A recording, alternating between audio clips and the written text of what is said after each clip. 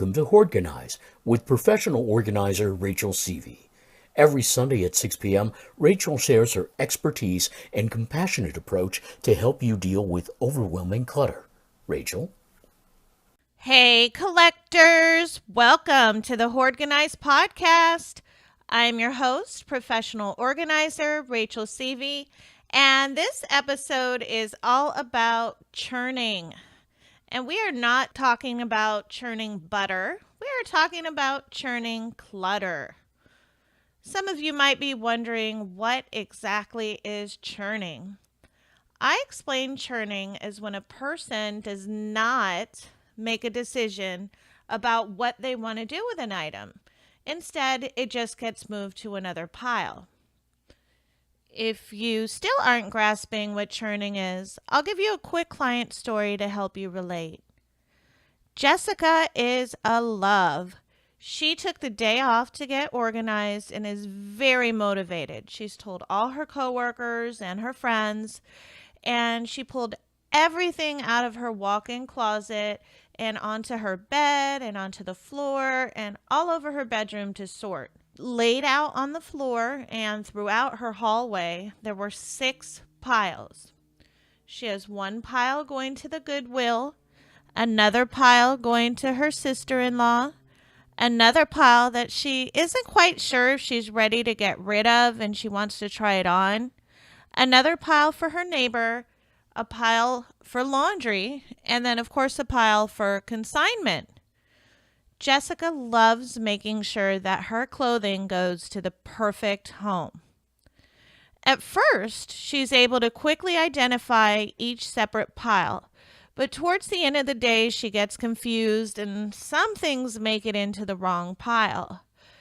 After an exhausting day of organizing, she throws the rest of the clothing that she didn't have time to sort off of her bed and onto those piles.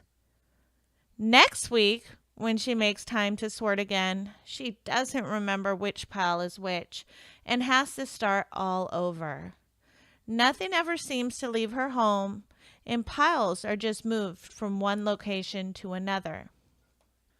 Another example is Irene. Irene is cramming to get her taxes done before tax day. She's got all of her paperwork out and she's made separate piles all over the dining room table. She's also got a box for recycling and a box for shred, neither of which are labeled.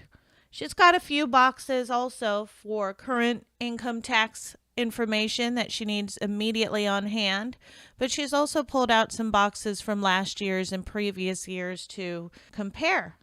After a long day of sorting and going through paperwork, Irene forgets which box is for shredding, and she doesn't trust that she has the box that really has the shredding to go to the shredder.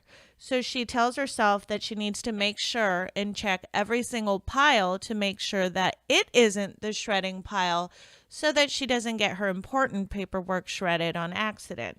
This is a definite situation of churning. Has this ever happened to you?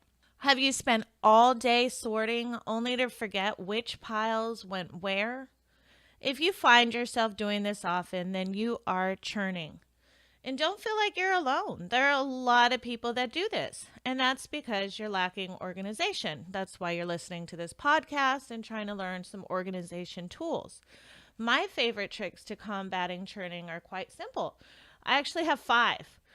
Number 1, label all of your piles clearly. I know you might have a good memory in the beginning of the day, but use clear boxes or bags and label everything because you can't expect your brain to remember every single detail, especially if there's going to be a week or a couple of days in between or months in between. You really want to label your piles clearly. Tip number 2, make less piles. If you find yourself churning often, then maybe you've got too many piles going. I know you want everything going to the perfect place, but sometimes that can become really time consuming and unrealistic and a complete invitation to churn. If you have one pile that's donate and one pile that's keep, It's a lot easier to maintain 2 categories than it is 6. You can always break down those into smaller categories once you have the time to actually deal with them. Tip number 3, don't pull out every single thing in an area. Unless it's a small area and you know in your heart you're actually going to finish it that day. Instead of pulling everything out of your walk-in closet, only pull out half or a third of your closet. That way you're able to manage your labeled piles easily. Most of you have to make time in your schedule to organize and don't particularly like doing it in the first place.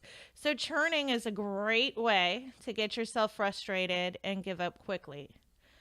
When you realize that you might be churning, I want you to stop, clearly label and corral your piles so that you don't lose track of them. You don't want to have to move them around or have to recheck them because you're unsure. Tip number 4, if you're feeling overwhelmed by your piles already, so maybe you've only been working on an hour, but yet your piles are starting to look like they're taking on a life of its own, deal with them. So if you're feeling overwhelmed by your piles, it's not the end of the day or the end that you wanted to finish, deal with them. For example, take the Goodwill pile to the Goodwill. You can always go again.